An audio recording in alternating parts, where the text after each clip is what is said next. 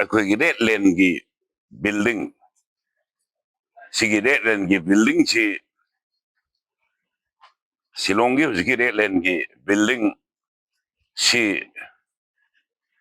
ꯅꯍꯥꯟ ꯑꯩꯈꯣꯏꯒꯤ ꯑꯣꯛꯇꯣꯕꯔꯒꯤ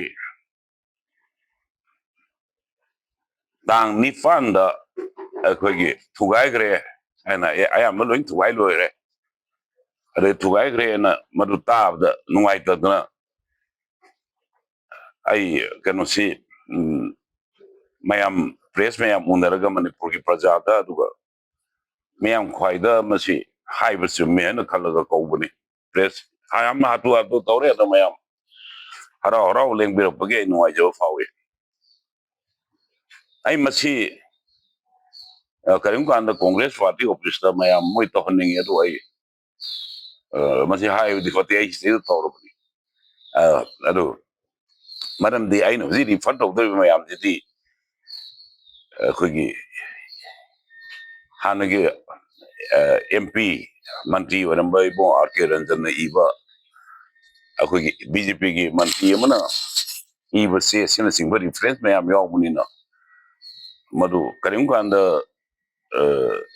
ꯍꯦꯛ ꯀꯅꯥꯒꯨꯝꯕ ꯄꯥꯔꯇꯤꯒꯤ ꯃꯤꯅ ꯑꯩꯉꯣꯟꯗ ꯋꯥ ꯍꯥꯏꯕ ꯌꯥꯕꯒꯤ ꯋꯥꯗꯨ ꯂꯩꯕꯗꯨꯗꯒꯤ ꯑꯩ ꯁꯨꯃꯥꯏꯅ ꯇꯧꯕꯅꯤ ꯍꯥꯏꯔꯤꯕ ꯁꯤꯂꯣꯡꯒꯤ ꯔꯦꯠ ꯂꯦꯟ ꯍꯥꯏꯁꯤ ꯑꯩꯈꯣꯏ ꯄꯨꯝꯅꯃꯛꯅ ꯈꯪꯉꯦ ꯃꯗꯨ ꯃꯅꯤꯄꯨꯔꯒꯤ ꯃꯔꯖꯔ ꯑꯦꯒ꯭ꯔꯤꯃꯦꯟ ꯍꯥꯏꯗꯅ ꯃꯅꯤꯄꯨꯔꯒꯤ ꯏꯇꯤꯍꯥꯁꯀꯤ ꯌꯥꯝ ꯃꯔꯨ ꯑꯣꯏꯕ ꯑꯗꯨꯒ ꯃꯅꯤꯄꯨꯔꯒꯤ ꯁꯥꯁꯣꯟ ꯍꯥꯏꯕ ꯃꯥꯒꯤ ꯏꯇꯤꯍꯥꯁꯀꯤ ꯌꯥꯝ ꯃꯔꯨ ꯑꯣꯏꯕ ꯑꯗꯨꯒꯨꯝꯕ ꯍꯤꯁꯇ꯭ꯔꯤꯒꯤ ꯏꯇꯤꯍꯥꯁꯀꯤ ꯌꯥꯝ ꯃꯔꯨ ꯑꯣꯏꯕ ꯑꯗꯨꯒ ꯂꯣꯏꯅꯅ ꯏꯇꯤꯍꯥꯁ ꯍꯥꯏꯗꯅ political and historical importance and the significance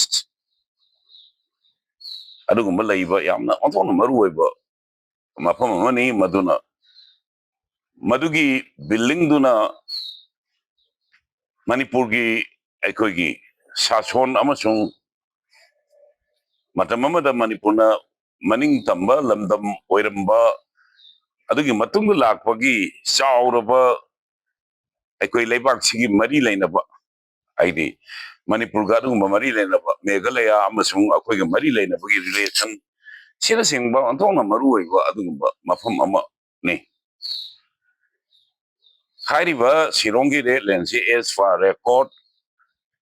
1930ꯗ 1930ꯗ ꯑꯗꯨꯃꯥꯏꯅ ꯁꯥꯕ ꯕꯤꯜꯗꯤꯡ ꯑꯃꯅꯤ ꯍꯥꯏꯅ ꯑꯩꯅ ꯈꯪꯉꯤ ꯃꯗꯨ ꯑꯩ ꯃꯗꯒꯤ ꯍꯦꯟꯅ ꯊꯣꯏꯗꯣꯛꯄꯗꯤ ꯐꯪꯗꯦ ꯑꯗꯨꯅ 1930ꯗ ꯁꯥꯕ ꯕꯤꯜꯗꯤꯡꯅꯤ ꯑꯗꯨꯒꯤ ꯃꯃꯥꯡ ꯀꯌꯥꯗꯒꯤ ꯑꯩꯈꯣꯏꯒꯤ ꯃꯐꯝ ꯑꯗꯨ ꯃꯅꯤꯄꯨꯔꯒꯤ ꯔꯥꯖꯕꯥꯔꯤ ꯍꯥꯏꯔꯒ ꯒꯝꯅꯥꯔꯒꯤ ꯍꯥꯎꯁꯦ ꯁꯨꯃꯥꯏꯅ ꯑꯩꯈꯣꯏ ꯁꯤꯗ ꯂꯩꯔꯤꯕ ꯔꯥꯖ ꯚꯕꯟ ꯍꯥꯏꯁꯦ ꯁꯨꯃꯥꯏꯅ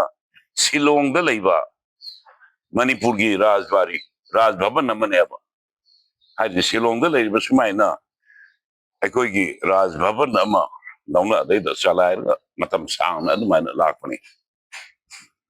ꯍꯥꯏꯔꯤꯕ ꯂꯝ ꯑꯁꯤ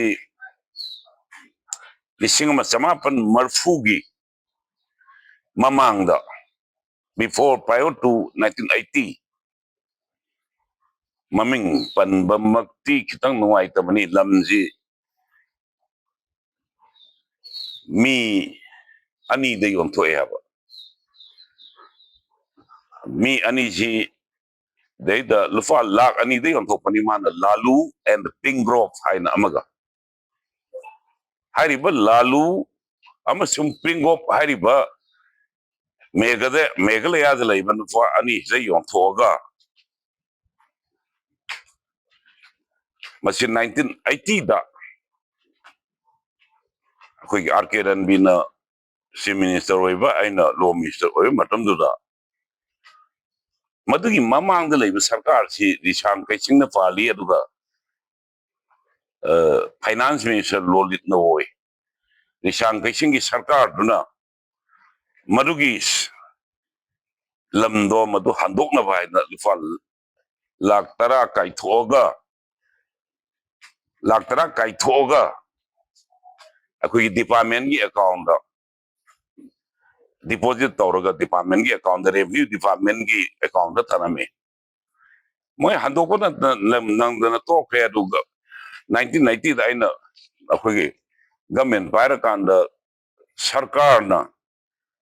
हारिबा लमसी अखोई हंदोक्षी एन हाइबदगी अइना लीड तौबा गवर्नमेंट की टीम ममा आई इशा मतेंदा लॉ मिनिस्टर ओइना अतोपा मना